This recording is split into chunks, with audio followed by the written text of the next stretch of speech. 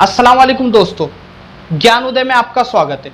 आज हम बात करते हैं शीत युद्ध के दौर के बारे में। दूसरे विश्व युद्ध के बाद दुनिया में दो विचारधाराएं सामने आई, पूंजीवाद और साम्यवाद, और इन दोनों विचारधाराओं के बीच लंबे समय तक संघर्ष चलता रहा।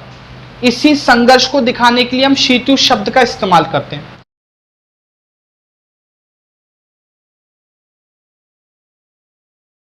शीत युद्ध का मतलब होता है जब दो देश या दो गुट एक दूसरे पर प्रत्यक्ष रूप से आक्रमण नहीं करते, बल्कि अप्रत्यक्ष रूप से एक दूसरे को नीचा दिखाने, नुकसान पहुंचाने और कमजोर करने का प्रयास करते हैं, जिससे युद्ध ना होते हुए भी एक तनावपूर्ण स्थिति बनी रहती है। इसे ही शीत युद्ध कहते हैं। शीत युद्ध सोवियत संघ के साम्यवादी गुट और संयुक्त राज्य अमेरिका के पूंजीवादी गुट के बीच हुआ था। शीत युद्ध 1945 से 1990 तक चलता रहा। शीत युद्ध का पूरी दुनिया पर प्रभाव पड़ा। शीत युद्ध की वजह से दुनिया दो गुटों में बढ़ गई। शीत युद्ध की वजह से गुटनिरपेक्षता का उदय हुआ। शीत युद्ध की वजह से हथियारों की होड़ बढ़ने लगी। शीत युद्ध की वजह से सैनिक संगठन बनने लगे और शीत युद्ध की वजह से दुनिया में तनावपूर्ण वातावरण पैदा हुआ। और उसी तनावपूर्ण वातावरण का एक बहुत बड़ा उदाहरण है क्यूबा मिसाइल संकट। क्यूबा मिसाइल संकट 1962 में हुआ। क्यूबा उत्तरी अटलांटिक महासागर में स्थित एक छोटा सा द्वीपीय देश है जो अमेरिका का पड़ोसी है, और क्यूबा की दोस्ती सोवियत संघ से थी। लेकिन सोवियत संघ को इस बात की चिंता थी कि संयुक्त राज्य अमेरिका क्यूबा पर हमला कर देगा और वहां के राष्ट्रपति फिदेल कास्त्रो का तख्ता पलट कर देगा। इसलिए सोवियत संघ ने चोरी छुपे क्यूबा के अंदर परमाणु मिसाइलें तैनात कर दी।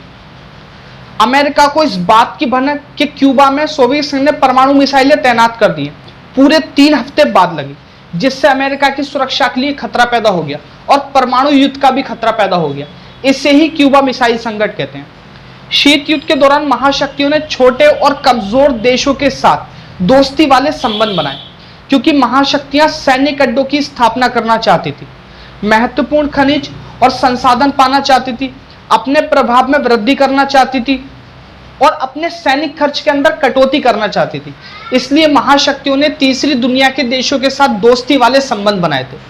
वहीं पर तीसरी दुनिया के कुछ देशों ने महाशक्तियों से बचने के लिए गुटनिरपेक्षता की नीति को अपनाया। अब महाशक्तियों से बचने के लिए तीसरी दुनिया के देशों ने जो गुटनिरपेक्षता की नीति को अपनाया था, उसके भी कई कारण थे। तीसरी दुनिया के देश अपनी स्वतंत्रता की रक्षा करना चाहते थे, शीत युद्ध और तनाव से दूर रहना चाहते थे, हथियारों की होड़ से बचना चाहते थे, और अगर किसी एक गुट में चले जाते तो दूसरे गुट से उनकी दुश्मनी हो जाती। तो दोनों गुटों से सहायता हासिल करने के लिए तीसरी दुनिया के देशों ने गुटनिरपेक्षता की नीति को अपनाया था। अब हम जानते हैं कि गुटनिरपेक्षता आखिर है क्या। दूसरे विश्व युद्ध के बाद एशिया और अफ्रीका के बहुत सारे मुल्क आजाद हुए। पूंजीवादी और साम्यवादी दोनों ही गुट इन नव स्वतंत्र देशों को अपने गुट के अंदर शामिल करना चाहते थे। ऐसे में 1955 में नव स्वतंत्र देशों ने महाशक्तियों की गुटबाजी से दूर रहने का फैसला लिया। इस तरीके से गुटनिरपेक्ष आंदोलन की शुरुआत हो गई।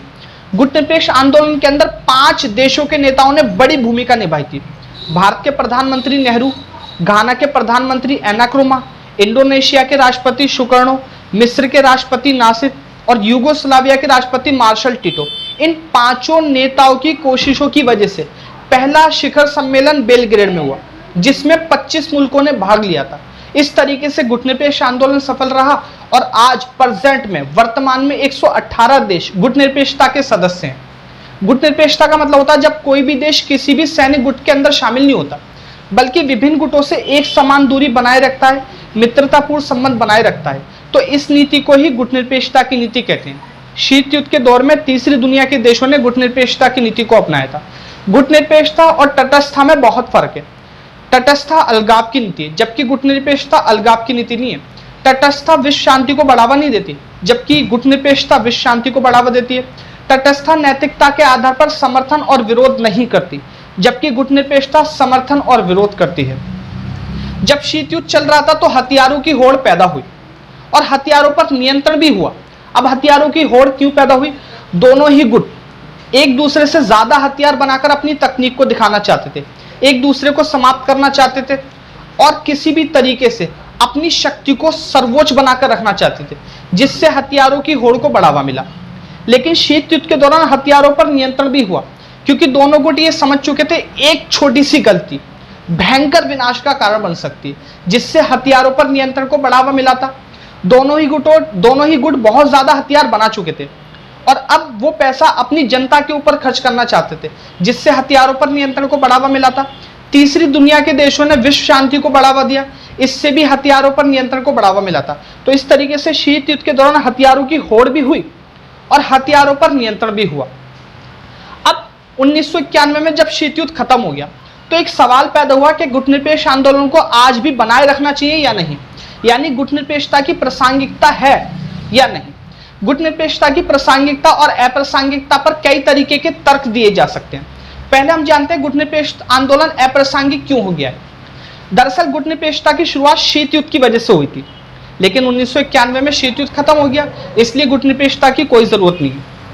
तीसरी दुनिया के देशों ने गुटनिरपेक्षता को अपनाया था अपनी स्वतंत्रता की रक्षा करने के लिए, लेकिन आज वर्तमान में किसी देश की स्वतंत्रता के लिए कोई खतरा नहीं है, इसलिए गुटनिरपेक्षता को खत्म कर देना चाहिए। अब दुनिया में तनावपूर्ण वातावरण भी नहीं है, इसलिए गुटनिरपेक्षता को खत्म कर देना चाहिए। और अब दुनिया के सामने सिर्फ पूंजीवाद रह गया, क्योंकि साम्यवाद तो शीत युद्ध के खत्म होने के साथ ही खत्म हो गया था, इसलिए गुटनिरपेक्षता भी की कोई जरूरत नहीं है और इसको भी खत्म कर देना चाहिए। लेकिन कुछ लोगों का यह कहना है कि गुटनिरपेक्षता की प्रासंगिकता आज भी बनी हुई है।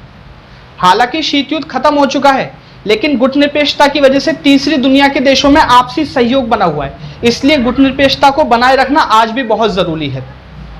इसी तरीके से अब दुनिया में एकमात्र महाशक्ति अमेरिका रह गई है, तो अमेरिका को नियंत्रित करने के लिए गुटनिरपेक्षता को बनाए रखना बहुत जरूरी है। और अब दुनिया के अंदर बार बार आक्रमण होते रहते हैं और अमेरिका का बर्ताव आक्रमणकारी हो गया है, तो अमेरिका को नियंत्रित करने के लिए गुटनिरपेक्षता को बनाए रखना बहुत जरूरी है। अब हम नजर डालते हैं कुछ कार्टूनों पर। ये जो पहला कार्टून है, ये भारतीय कार्टूनिस्ट कुट्टी ने बनाया है।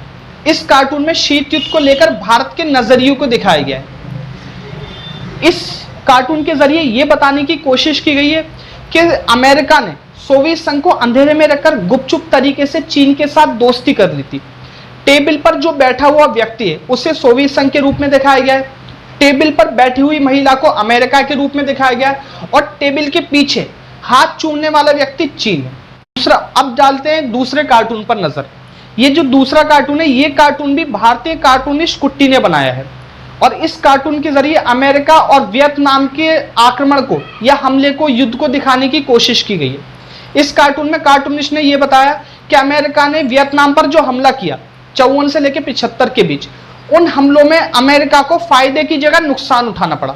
तो इस तरीके से वियतनाम में दखल देना अमेरिका के लिए एक बहुत बड़ी गलती साबित हुई। तो दोस्तों, ये था 12वीं क्लास का पहला चैप्टर शीत युद्ध का दौर। अगर आपको इस चैप्टर के डिटेल में नोट्स चाहिए तो आप हमारे व्हाट्सएप वाले नंबर पर कांटेक्ट कर सकते हैं। अगर आपको ये वीडियो अच्छी लगी तो लाइक करें। इसी तरीके की और वीडियो पाने के लिए सब्सक्राइब करें। तब तक के लिए धन्यवाद।